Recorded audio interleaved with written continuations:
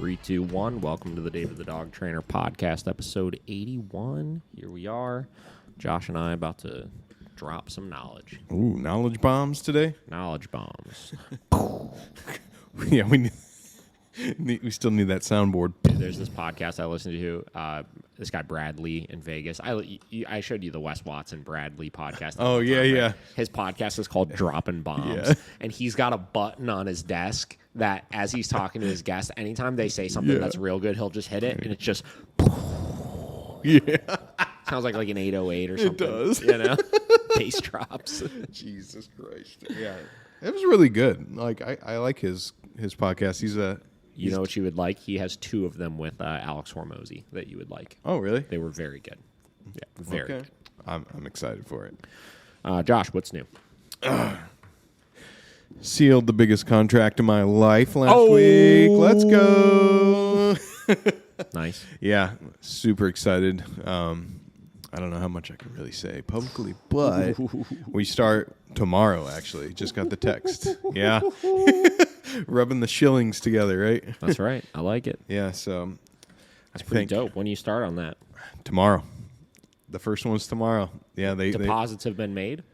Deposits have been not made, but they need us to get into this first building immediately because, it's gonna be inhabited soon, I guess. So inhabited. Yeah, it's like a real estate group, and it's for their penthouse in this one, and it's gonna be taken over soon. So we have to get in there immediately. But finalized and accepted our contract yesterday, nice. And today and last night they were like, "Can you please come Friday?" So.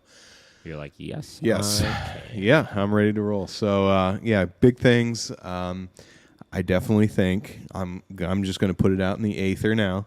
We're hitting 6 figures this year, baby. 6 figures. Joining the 6-figure club. I Woo! like it. Let's Get go. it. Yeah. I like it. Yeah, how about you, man? Dude, we've had a busy week, right? So lots of lessons, lots of training stuff going on. You know, in typical Miracle Canine fashion, we had an assault of our TikTok over the course of the week. Did I tell you about this at all? You did not. All right, man. I'm interested. You know what's funny? Because we talked about this 2 weeks ago, I believe. 2 episodes ago. Remember that nail trim video we watched of the dog like freaking out and then doing really good, blah, blah. Dude, it exploded on TikTok. Yeah? Exploded. I woke up one day. And I'm going through like all my pages and stuff, just doing my basic morning, like, oh, let's just see what's going on the internet, right? And just right. There were like 7 pages that were like these like 500,000 follower, like either. And here's the thing that gets me, right? It's either like force-free pages, right? Of course. It's either that.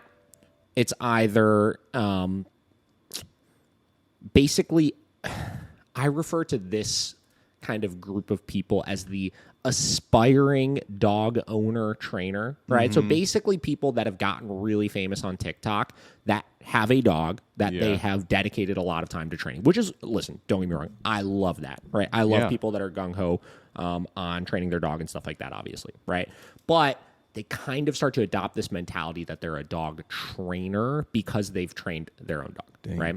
22K. You see that, right? Yeah. So, Wow. or there is the sporadic, like, balanced dog trainer that's, like, not even really a balanced dog trainer. They're basically a force-free dog trainer that doesn't want to call themselves force-free dog trainer. You know what I mean?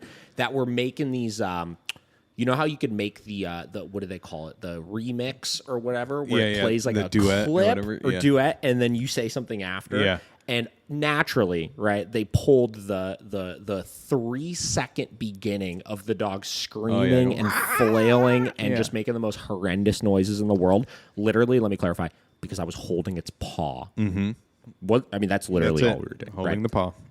And then they would end it with, "You are such a piece of scum. I can't believe you do that to this dog." Blah, blah, blah, blah, blah, yeah, right? I see that. So you see, there's like what? I think there's like what, 500 comments on there now at this point, something like that, right? Of people just like, fuck you, you're such an idiot, you're such a piece of shit, this, that, blah, blah, blah, right? listen, right? There's so many variables to this conversation, right? Yes. Because here's the thing. Like, if you look at the consensus of the things that people are saying on it, it's one of two things. One is just, you're an animal abusing piece of shit, which is like listen, I'm literally doing nothing different than a vet would do when they need to give a vaccine to a dog, which is you hold the dog and you administer the vaccine. The only difference is the dog actually learned something from what I was doing because we were using a pressure and release concept. Hold paw, dog flails and fights, dog stops fighting, release pressure on paw. Right? So the dog actually learns that thing they used to do that accomplishes the goal they want, which is us letting go, no longer works. Yep. Right? Or the other consensus of it is that dog is worse than it was before, which is obviously not true because in the second clip you can see that the owner is successfully able to grind the dog's nails and reward the dog and start the counter conditioning process now that the dog is no longer freaking out. Yep. Right? Whatever. And that there's all these better ways of doing it. And it's so funny because they all gang up, right? They're all these, like, there's like 40 of these like force-free trainers that are just like, there's better ways. How could you have such an ego that there's 40 people telling you there's a better way to do it and you still think you're right? And it's funny because there's a couple. I started going through and like responding to people, and then I realized very quickly that it wasn't worth my time. Yeah, right? I see. But I think at one point I was like, I think at one point they were like, there's 70 people telling you that there's a better way to do this and your ego is too big to realize it. And I replied, I was like, 70 people that don't have any proof that there's a better way of doing it because that's the way this game works. Yeah. So whatever. So if anybody wants some entertainment, they can hop on the old TikTok and they can start reading through some of those comments. Yeah. And then so naturally the way that this works every time this happens, if you guys want some more information on how like we're no stranger to this game, this isn't our first rodeo with this kind of stuff, go back to episode like, what was it, like 60 or like maybe even earlier than that. I don't remember. I think it was called like Miracle Canine Training's Under Attack. Under Attack, right? Where the same thing happened on Facebook. Yeah. It broke down why, whatever, blah, blah, blah. We're not going to get into a whole episode of like Miracle Canine Training's Under Attack again here because we'd be doing these things like 3 times a year if that were the case. Yeah. But if you want some entertainment and want to go on there and read some of the comments, you can. But how this transitions then, right, is they pick the video they perceive to be the worst. And also, we talked about this in the last episode, but because we're talking about it now, let me get some clarity to this and some context to the exact situation pertaining to this video, right? So it's I believe, like 4-year-old Belgian Malinois, right? Owned by this lady in Kentucky, right? Phenomenal owner, right? She's has this dog in like a PSA camp, right? She does all this training with the dog. She sent the dog to other board and trains before. She does a unbelievable job training this dog, right? The dog came in and knew literally everything, right? Knew all of its commands and stuff. And everything was taught in a very balanced, good way, right? A lot of rewards, dog super motivated, a lot of play involved. Like, she has a great relationship with this dog, right? But because the underlying issue of the dog still knew that it can get away with when it was uncomfortable with something, basically intimidating and trying to bite the owner over stuff, whether it was nail trims, whether it was a serious problem. One of the reasons why she came is the dog was starting to display increasingly severe crate aggression issues where she would put the dog into the crate. As soon as she put the dog into the crate, the dog would basically try to attack her out of the crate, right? The dog was not letting her have guests come over her house. The dog was highly reactive out on a leash towards other people, right? And again, I'm not taking away from all the training she's done. She did unbelievable training, but there was a serious accountability problem from the standpoint of this dog knew that it could push her around big time. Yeah. Right? And the problem is you don't solve issues like that by just giving the dog more treats. Like, you just don't. Right? The dog, especially when you're dealing with working dogs and stuff, right? The dog has to have a degree of respect for you, or else this stuff will ruin your life, right? This stuff hit a point where she's starting to tiptoe around her fucking house. She had to have this dog on place 24/7 in her house pretty much, because if she wasn't, the dog would be getting into stuff. The dog would be grabbing something and starting to resource guard it. The dog would, I mean, there were for as good of training as she did with this dog, there were serious issues that were coming that were not from a lack of training from the standpoint of this dog needs to like doing commands and this and that, because we already had all of that accomplished, right? There was a serious lack of accountability and strong leadership that the dog respected from her. And guess what? I'm just going to do this one more time because this has just been ridiculous, right? So this was, how long ago was it that she came? You posted the video in June. So. Yeah, she came here.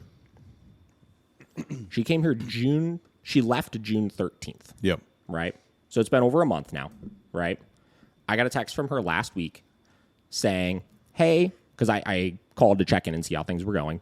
Hey, I was actually going to reach out to you today, so this is great.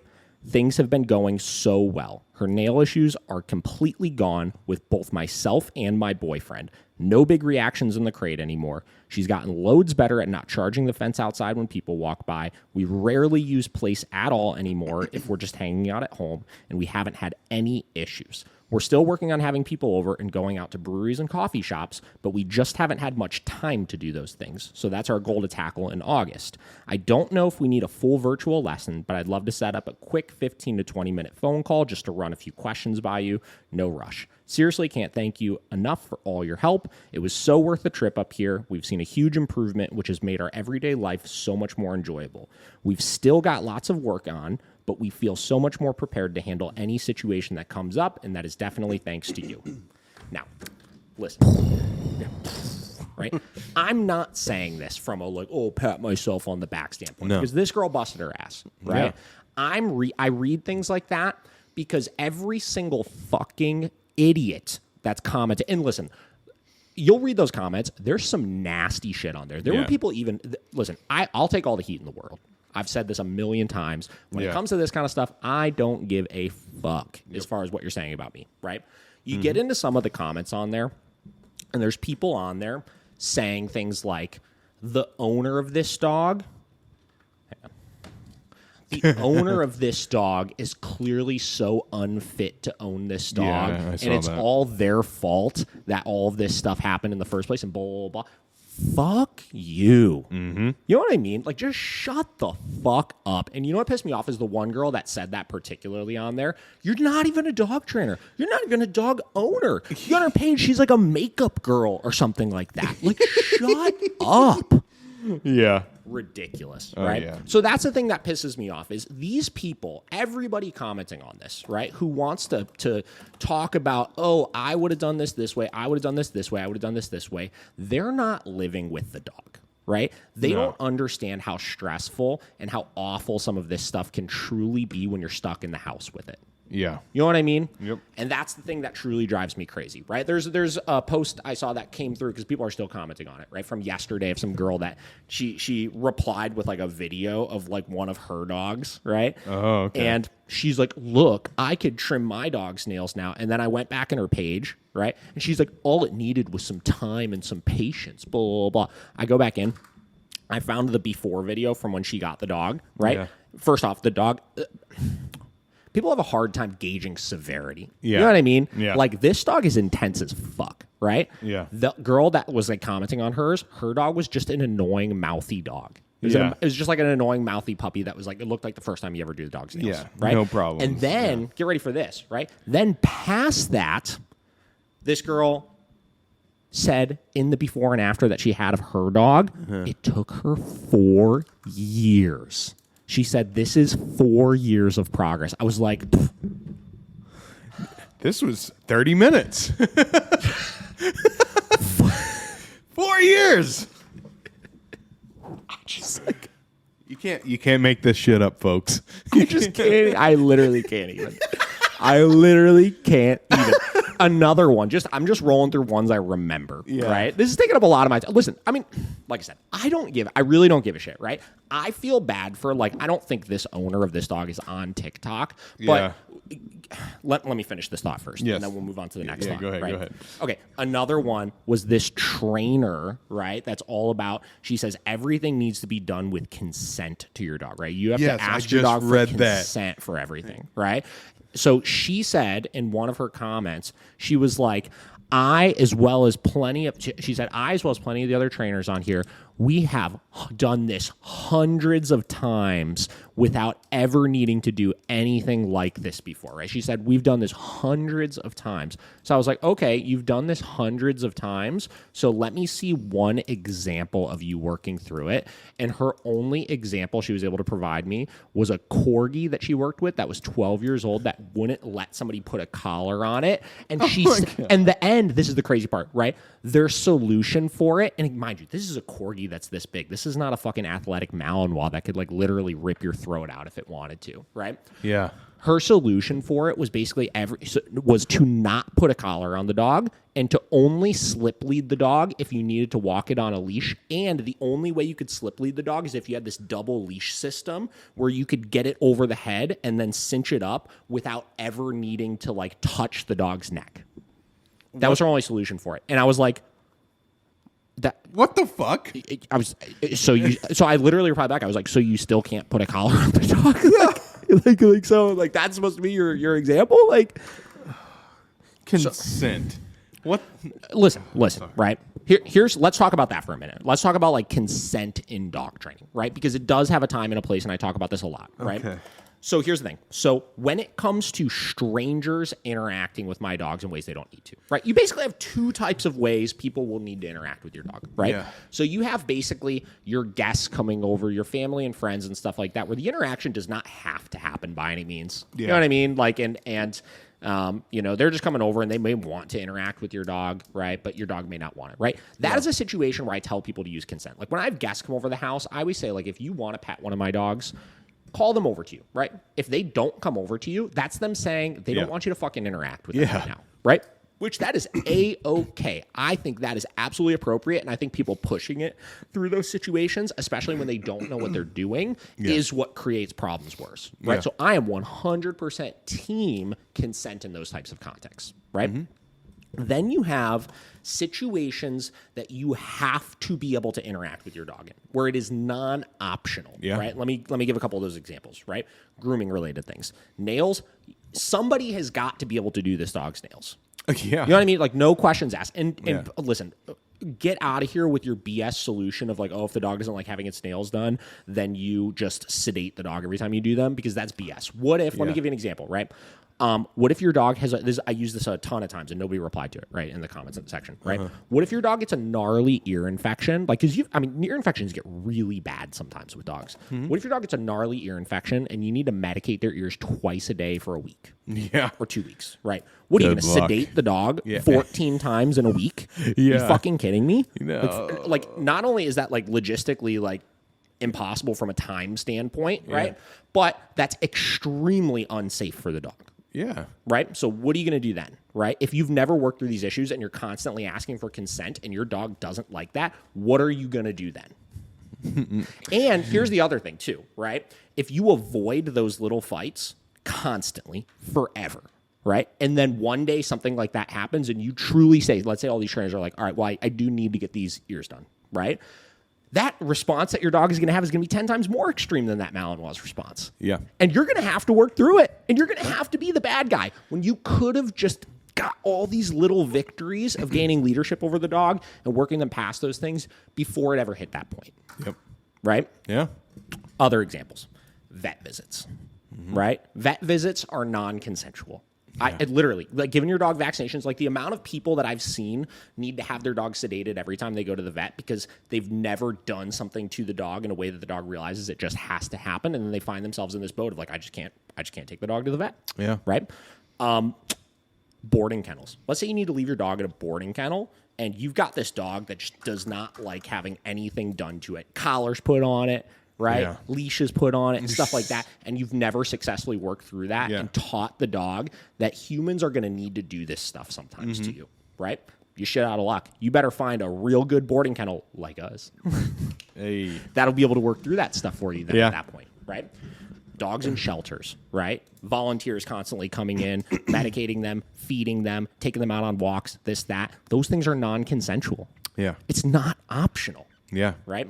So that's my problem with the consent debacle. Is there are ways that you could implement that in a way where it's like when it's not truly necessary, you could absolutely follow that procedure and help your dog feel more safe around new people, right? But there are situations that you've got to overcome those hurdles, right? That's just real life. Yeah. Right. And let's be honest, like, and I think it's hilarious that they think, oh, well, sedation, whatever.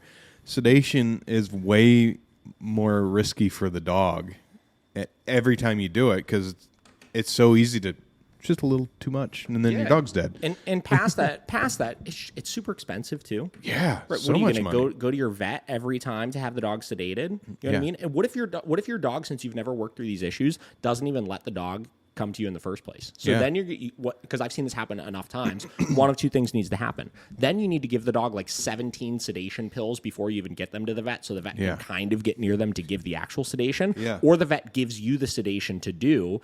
Right? Yeah. And that's even more risky. Yeah. So and it's just unrealistic. Did you ask your dog for consent before you put him under? Sorry. I love that. Had to throw it in love there. that. Yeah, before you roofied your dog, did you ask for consent? Did you ask him? Get the fuck out of here. So whatever. And then the correlations, right? Like somebody commented also on it. There were so many comments that I was just like cracking up reading, right? Yeah. Be like, wow, I think it was tell me you don't know anything about consent without telling me you don't know anything about consent. Gosh, I'd hate to see you with women or something. Oh my God. So shut up. Shut the fuck up. You know, and I bet too, you know, all these TikTok trainers or whatever, like they like the one that was talking about consent, you know, you were talking about, well, what's the worst thing you've had, and it was the collar issue or whatever. It's like, well, that wasn't the worst thing she had, supposedly. That's just the only one she had documented. Oh, okay. And there was no documented progress, though. Yeah. You know what I mean? Yeah, well, my thing is, like, obviously they don't either work with aggressive dogs, and they cherry pick what they work with, like basic obedience or very minor inconveniences. You know, it's like they probably vet like what's coming through. Or another one that I saw, I went on somebody else's page, and this is something I'll commonly see as well, is these people will blow up on TikTok, right? And then they'll do virtual training only, which, listen, I'm team virtual training, right? But they don't actually handle the dogs, right? So they'll tell the owner what to do in theory and how it should work, but they are never actually doing it. That's true. So they're never needing to put up with it. They're never needing to deal with the BS. Yeah. Right?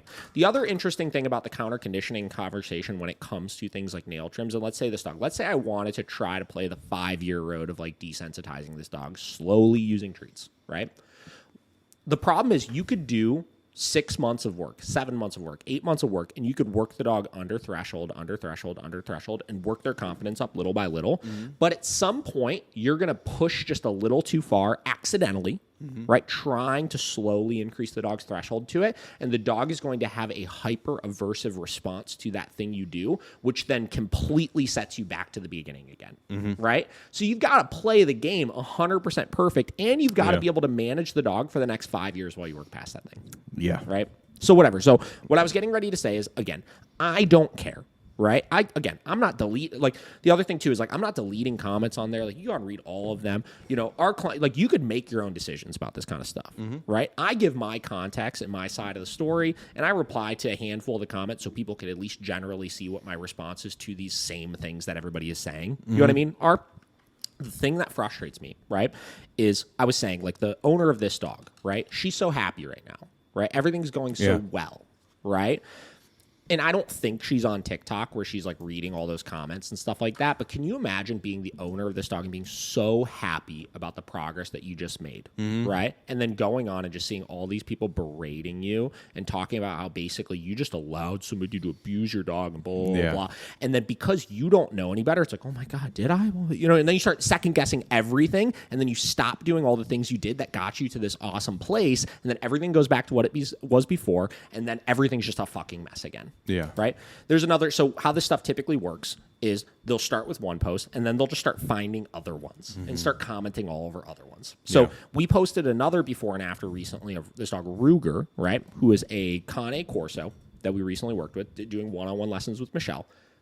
absolutely crushed it, man. Like, so, like, I get so pumped about some of this stuff sometimes because the progress this dog made was so fucking cool, man. I remember session 1 coming in, and it's a young Corso, right? And this dog had some attitude to him, man. Like big time, like hackles just straight up, growling, snapping at you, trying to touch his neck, stuff like that. I mean, this is like big time case, right? And young, meaning as he gets bigger and older, if this stuff doesn't get under control, this is going to be a serious, serious problem later on, right? Yeah. Did one-on-one classes, right? Again, patience working through it for sure, right? Definitely rewards and stuff, socialization process, like things like that. Typical training program. We had to put this dog through, right? And start, getting him used to this kind of stuff, right? And working and passing these fears and stuff. Dog absolutely crushed it. Dog comes for boarding, is so good for us and stuff. Now, we just saw the owner yesterday, right? Michelle had I think a 7th lesson with them or something like that. Doing so good. Owner's so happy, this, that. We posted a socialization before and after, right? We muzzled him, put him in with a small group of dogs, and he was terrified, right? Tail tuck, growling, this, that, like hackles up, like all that kind of stuff. And we posted a before and after where when he boarded here this last week, we socialized him, we got him off muzzle. Dude, he's running, playing, like he's so like happy and like energetic and stuff like that in there, right? And then same deal. All these people start jumping on like, God, this is a mess waiting to happen. Like, I'd love to. It looks like you guys have no idea what you're doing and this and that. And just talking out of their fucking asses with this kind of stuff, right? But in this case, the owner is on TikTok, right? And the owner starts getting into it with people like, you have no fucking idea what you're talking about. Like, this is literally, like, she was, like, replying to people like, this is my dog, and is so much better right now, right? And you're going off of this 30-second TikTok that literally nothing's even happening in it, aside from you're seeing a dog terrified of other dogs to now running and playing and having a good time. Yeah. Like, what are you talking? You know what I mean? Like, what are you talking about? But the thing is, she's still just an owner, right? Yeah. So then all these people that think they're trainers are all just blowing her shit up, right? Like, you don't know what you're talking about, and you can't see the stress signs, blah, blah, and like, I just hope that nothing happens later. You know what I mean? Like, just like being fucking idiots. Yeah. I was going to... Being fucking idiots. Yeah.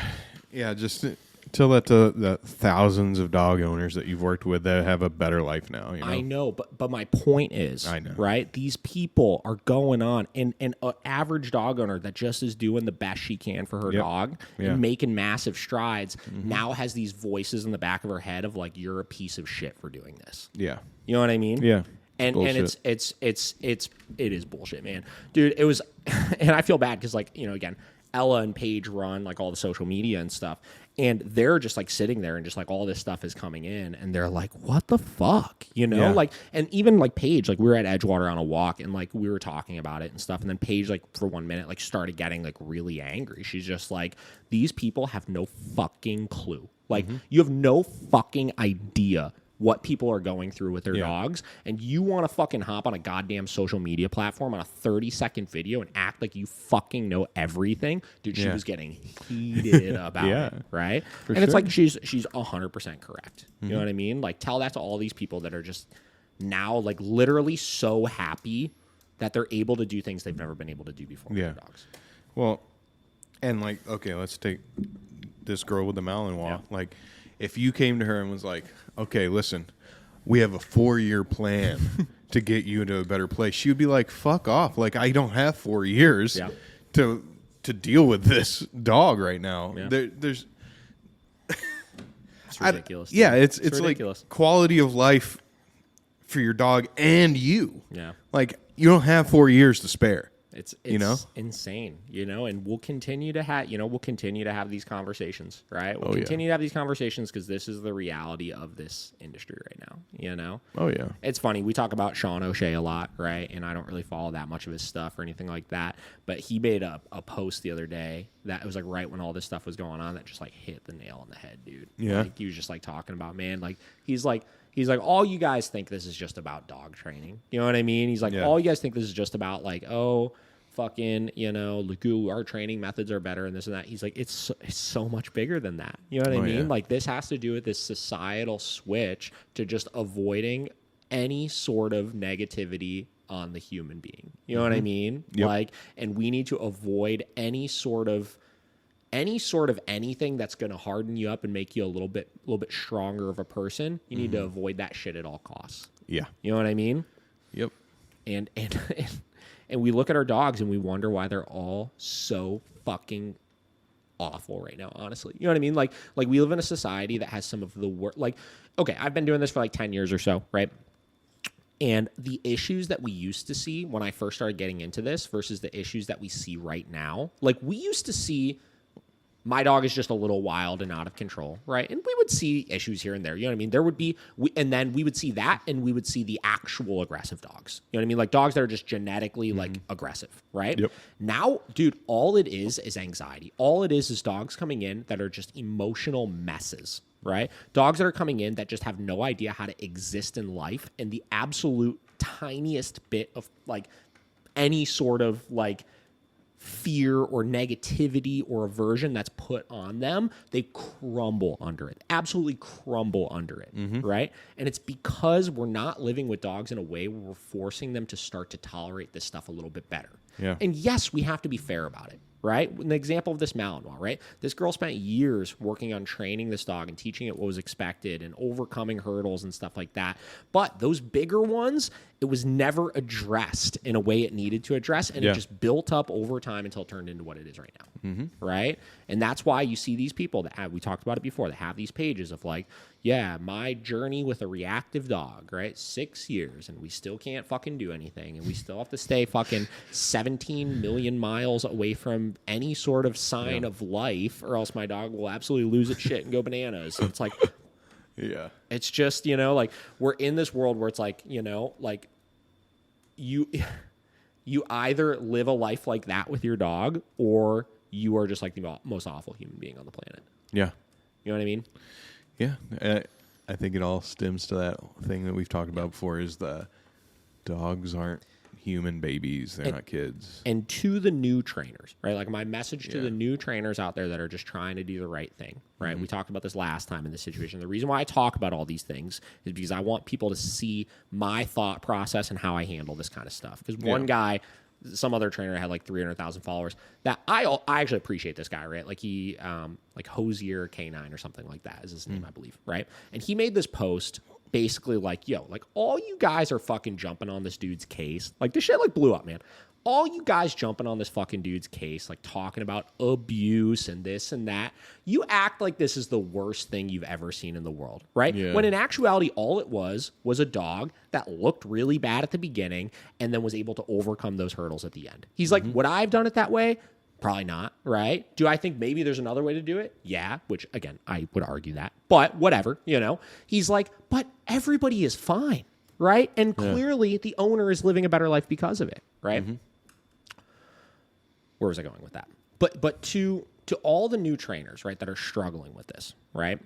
And like, oh, yeah, what he was saying with that post, he's like, oh, yeah, like all you guys are going to do if you actually care about this kind of stuff is cause somebody to stop making videos and then just go underground with the stuff that you think is so bad in the first place. Yeah. You know what I mean? Which obviously we're not going to do that. We're going to keep posting videos, and we're going to keep documenting everything about what we do, right? And we're going to keep highlighting it for the real dog owners out there to see what's possible with their dogs.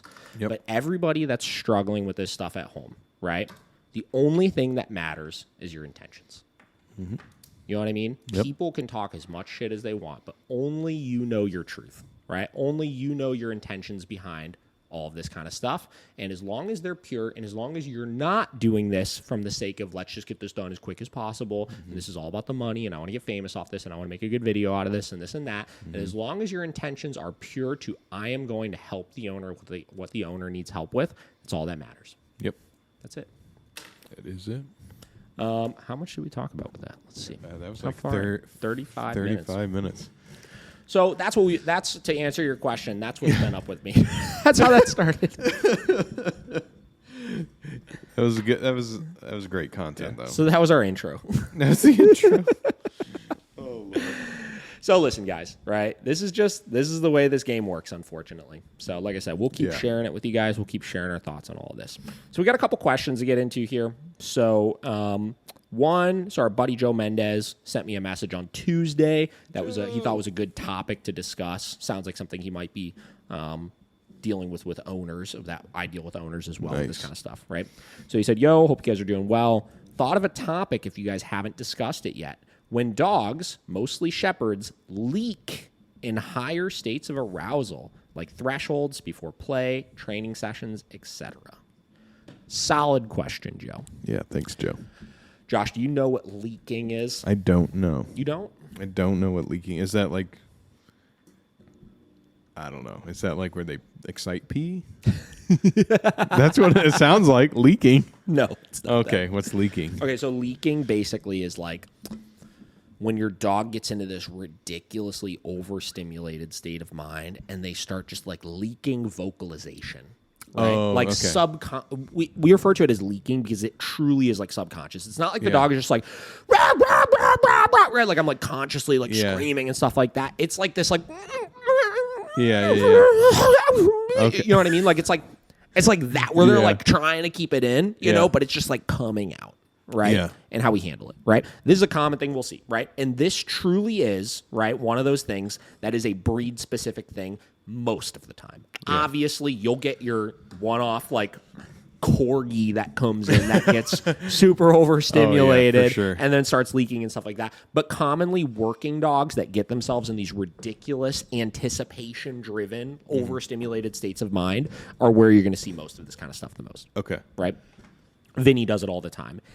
Cade used to do it all the time, right? A lot of dogs do this, right?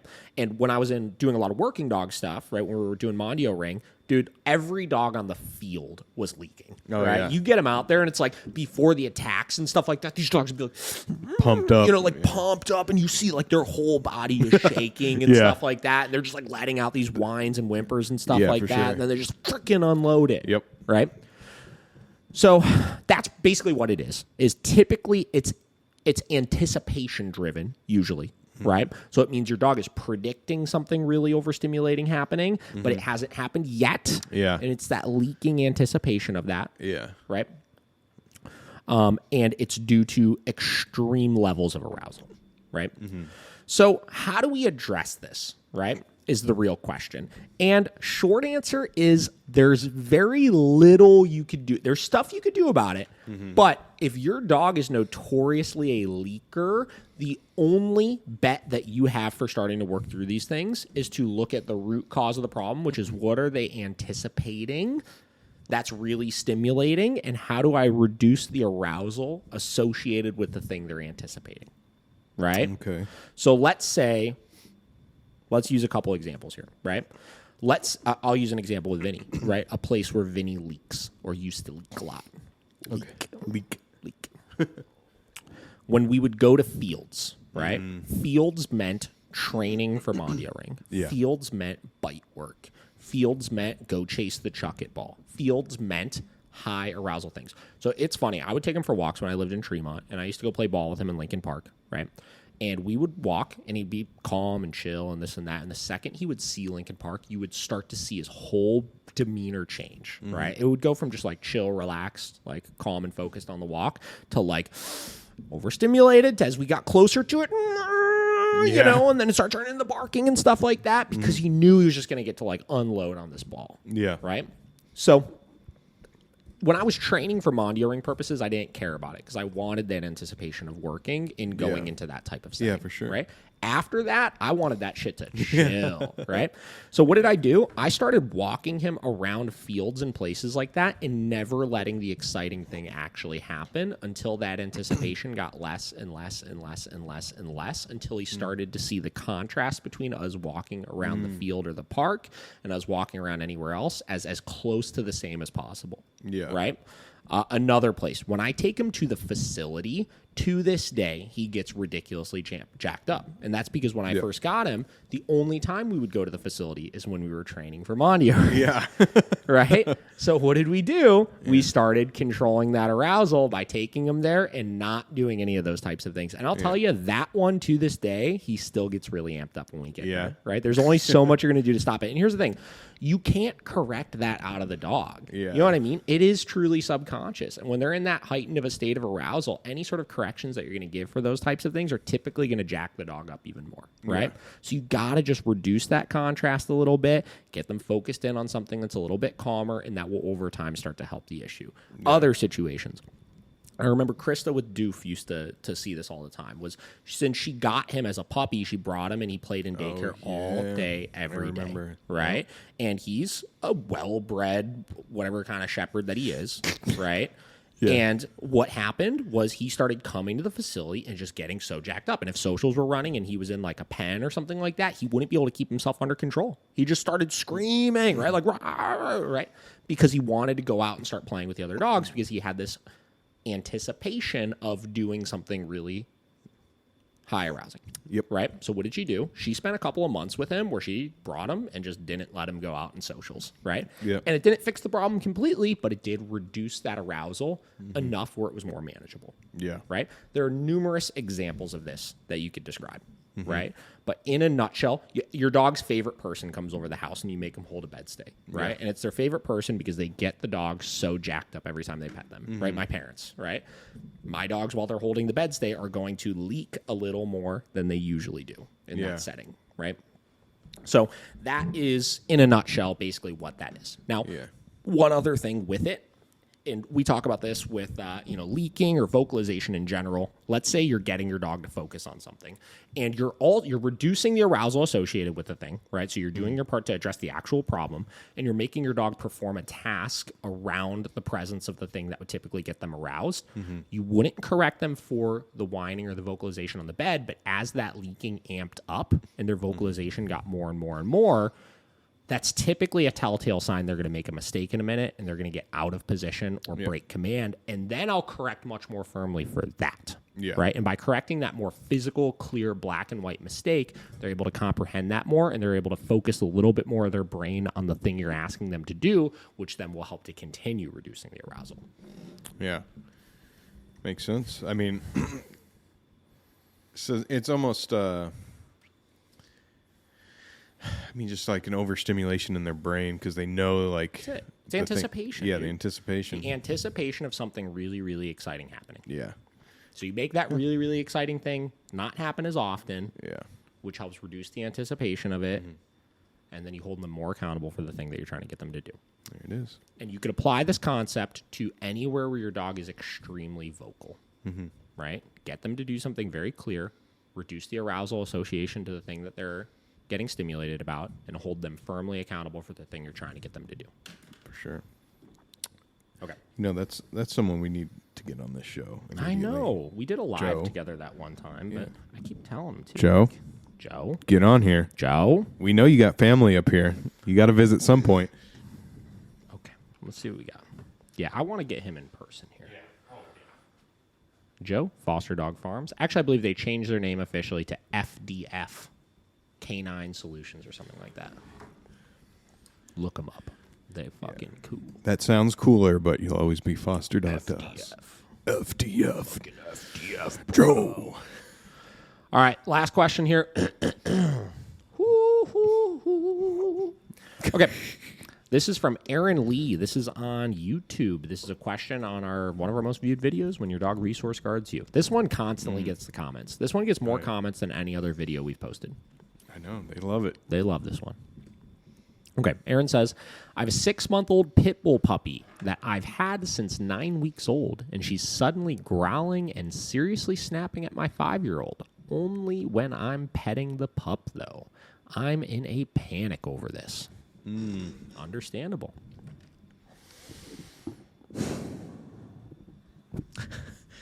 Zen. I mean, listen, guys. The answer to a lot of these things is the same, right? So your dog is resource guarding you, right? We'll clarify that, right?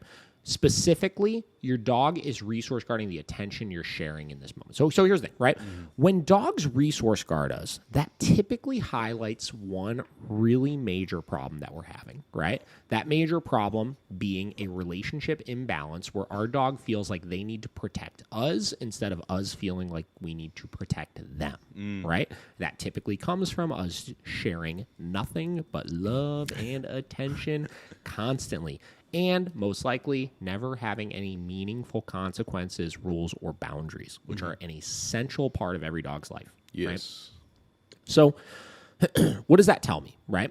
That tells me that, one, we got to start training this 6-month-old dog, right? We better start creating some clear communication, because if we don't have communication established, there's only so much we could do about addressing this problem. What does communication look like? Communication looks like being able to ask the dog to perform certain things for you, right?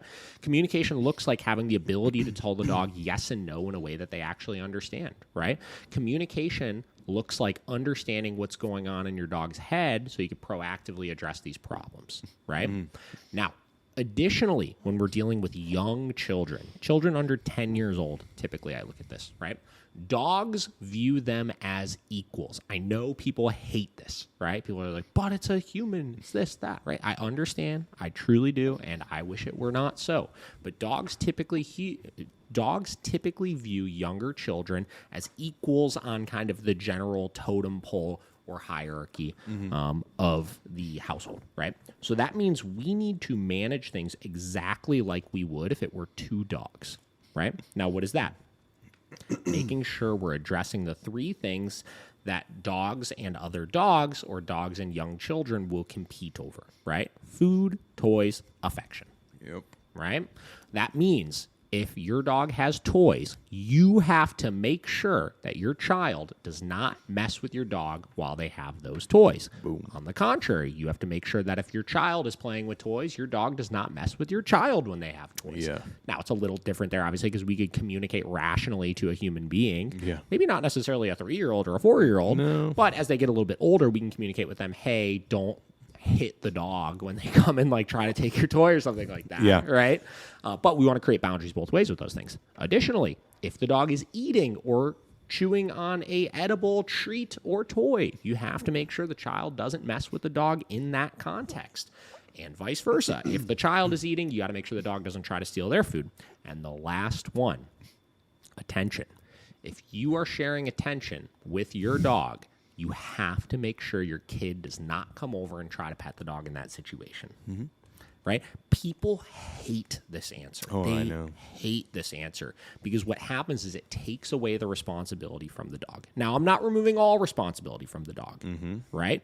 I want the dog to have a more healthy relationship with you, the owner, where they don't feel like they should do this in the first place, and you could help coach those interactions a little bit more effectively. But it starts with us making sure the dog is not seeing you as a resource and something that they need to compete over with the child, right? And setting boundaries equally with that, right? That, I mean, really in a nutshell, if a client came in and told me that exact scenario, I would tell them, you got to make sure if that dog is cuddling on the couch with you, that your child's not coming over and petting them. Because the number one situation we see dog bites happen, right? Dog's cuddling on the couch next to you, right? You're petting them, this, that. Dog's all snuggled up. Not only are they seeing you as a resource in that moment, but additionally, they're trapped in one spot. And then you have this kid invading their space while they're engaging with a resource. Yeah. So not only is the kid just invading their space, which is intrusive in itself, but they're invading space while you have a resource, which is the number one place a dog is going to get defensive over that kind of stuff. Yep. Right? Does this mean the dog is a bad dog? No. No. This means you need to set better boundaries with your child and with your dog. That's it. Right? Again, it's... And I even answering it, I'm like, they're going to want more. They want more than that. You know what I mean? But it's just not. It's just, it's strategic management of your household. Yeah. Right? I still, to this day, with my dogs, they all got a great relationship with each other. And the cool thing is how this progresses is if you're constantly setting those boundaries and making sure the dog doesn't feel on edge around the child, around the other dog, anything like that, what happens is their tolerance increases to those things. So that if it happens once every blue moon, since they're not constantly every time the child walks near, like, you know, like tensed up, like waiting for it. And they start just getting okay, which is all right, I'm relaxed. Kid's not messing with me. It's not a big deal. And then suddenly it happens because they're not all tensed up. They're not going to have this intense reaction, right? Again, dogs are not these creatures that we could do everything with them forever and ever. It just doesn't work that way. No. Right? So that's how we have to address these things. And again, long-term successful management of a household, whether it's children and dogs, whether it's dogs and dogs, anything like that, it is constant leadership of those types of things. Yeah. Constant. Every day. Every day. I don't know if it would, like, okay, let's say you have two dogs, you know, and you're petting the one, the other comes over. Would you say a good mitigator is just to, as soon as you see the other dog come, you just stop? Yeah, so that's a good question, right? So proactively addressing the issue, right? Don't wait till it actually happens. Don't wait till the kid comes over and gets hands on the dog. When the kid starts coming over to put hands on the dog, you say, hey, not right now. Yeah. Can't do it right now, right? Don't wait until the dog steals the other dog's toy. Wait and address it right when the dog goes to steal the other dog's toy, right? Yeah. Makes sense. That's a lot of it. Yeah. So, listen, those are our 2 questions for the day. I might have something if you want to. You got something? Yeah, if you want to keep going. Let it roll. What do you got? Okay, I got a scenario for you. All right. And then you answer. So our friend just moved into a new apartment. She has 2 dogs. The one dog is, I think, 8 months at this point. And it has a lot of crate problems. It tears up the crate. Well, she got a one of those, you know, the rough toughs or whatever. Is that what they are? The Roughland kennels? Roughlands. Yeah, she finally got one of those, so the crate can't be destroyed anymore. But the dog will still, no matter what, take him out on 3 walks before she leaves for work or whatever, will still pee in the crate and go crazy while she's gone. And now she just moved, and now she's newly single. But what could she do to help mitigate those issues while she's gone? Okay, so here's the thing. So this is a multi-layered question. Yes, right? it is. It's a multi-layered question from the standpoint of, like, let's not discount that crate anxiety or separation anxiety in a lot of cases, right? Not always, but in a lot of cases as a result of what's happening when we are home. Right? Why is the dog feeling like when we confine them to this spot and then we leave the house that they should get into such a frenzy? Yeah. Right? So the having accidents in the crate side of things, right? That, in a lot of cases of serious crate anxiety issues, is a result of the overstimulation in the crate, right? They get themselves so amped up that they just can't control it, and then they pee. Yeah. Right? That being said, if the dog literally has nothing in their system to pee, They can't pee they it. still can't do it, right? Yeah. So we have to address a lot of little problems with Yeah. cases like this, right? We got to work on, obviously reducing the separation anxiety issues when we are home, which is a whole nother conversation we're not going to get into. But at least how I would start to get a handle on this situation, right, is you have to make sure you start building on success of no accidents in the crate, right? Yeah. Meaning, I don't know what time she typically leaves the dog in the crate, obviously, but let's say you leave early. Let's say... I don't know. Let's say you leave 7 a.m., something like that. That's You wake about- up at 5 a.m. That's about right. Maybe that means for the next week, in the morning, your dog doesn't get any water. Just Yeah. at all, right? You just put it away, and then you make sure the dog gets plenty when you get home, and you make sure the dog gets plenty the night before, right? But that morning, you have to make sure the dog clears everything out of their system. Everything. Yeah. Right? Before you put them into it. And I'll tell you, again, if there's nothing in the system, they can't have an accident in the crate. It's true. There's literally no ifs, ands, or buts with it, right? Yeah. That's how we work through these issues in a lot of cases initially. So you have to block the pattern of doing it, right? Second thing I would look at, depending on how often you leave the house, let's say you just started needing to crate the dog when you leave the house, right? It may just be a couple weeks of the dog getting used to being in the crate, and then it's, and reducing that pattern of the dog having the accidents in the crate, obviously, and they start to just get better with it organically on their own, right? If you're leaving the house inconsistently, let's say you only have to leave the dog in the crate twice a week, you need to up it to 5 times a week, whether you need to or not, to start getting the dog more accustomed to it, right? 2, if there are specific clear things the dog is doing that you can correct for in the crate, like pawing at the crate, scratching at it ferociously, constant barking, stuff like that, you could either implement e-collar corrections for scratching in the crate, or in some cases, if you're really not getting a handle on this after a couple months and you've really done your due diligence to work through the issue outside of the crate and stuff like that as well, sometimes a bark collar can stop the dog from amping themselves up so much in the crate, which can reduce some of the anxiety issues. Next thing, obviously, when you get home, not creating any excitement, I let my dogs out of the crate, and then I typically enforce about 15 minutes of no touch, no talk, no eye contact. That way, I'm not creating this condition association of as soon as I get back, I'm interacting with you and stuff like that again, right? That's a good one. But in a nutshell, you got to block the patterns that the dog is exhibiting. Yeah. right? I mean, that's a lot of it, you know? And then once you have some training established, like I have a dog I'm working with that has truly just really horrible crate anxiety issues, right? Yeah. And the owner has done a really good job of outside of the crate, working through the problems and, you know, getting the dog in the crate more and this and that. We've seen like probably like a 70% reduction in the behavior, but there's still like 30% left to do. So we started working the other day, like out of sight bed stays for extended periods of time, right? So impulse control on a bed while you're in another room for 30 to 40 minutes. Right. Yeah. And that helped get it another 10% of the way there, Hell you know? yeah. And little things like that to get yourself a little more leverage, with the expectation that some dogs that are really, really bad with this aren't going to get perfect, right? I use Vinny as an example all the time. Yeah. He doesn't love the crate, Yeah. right? He tolerates being in the crate. He doesn't have accents in the crate anymore, and he's pretty good at this point. Yeah. Right. So there's so much context to those types of Yeah, for situations, but that typically in a nutshell is what I do as far as looking to start to gain some leverage over that scenario. Yeah. But a lot of these cases, man, like it gets worse before it gets better. You know, if your dog isn't used to being in the crate and you start leaving them in the crate and let's say they're 3 years old, hypothetically, it might be a couple weeks of them fucking hating that thing. Yeah. You know what I mean? But as they realize this is just the routine, right? And it becomes ingrained into their habits and stuff like that, it gets easier, it gets easier, it gets easier. And then as it gets easier, you'll notice if there are still glaring issues that pop up that you need to go in and then address specifically. Yep. Cool. I thought that was just a probably a good one for a lot of people, maybe. Yeah, So for sure. that's all I have. All right, guys, listen. Keep sending in questions.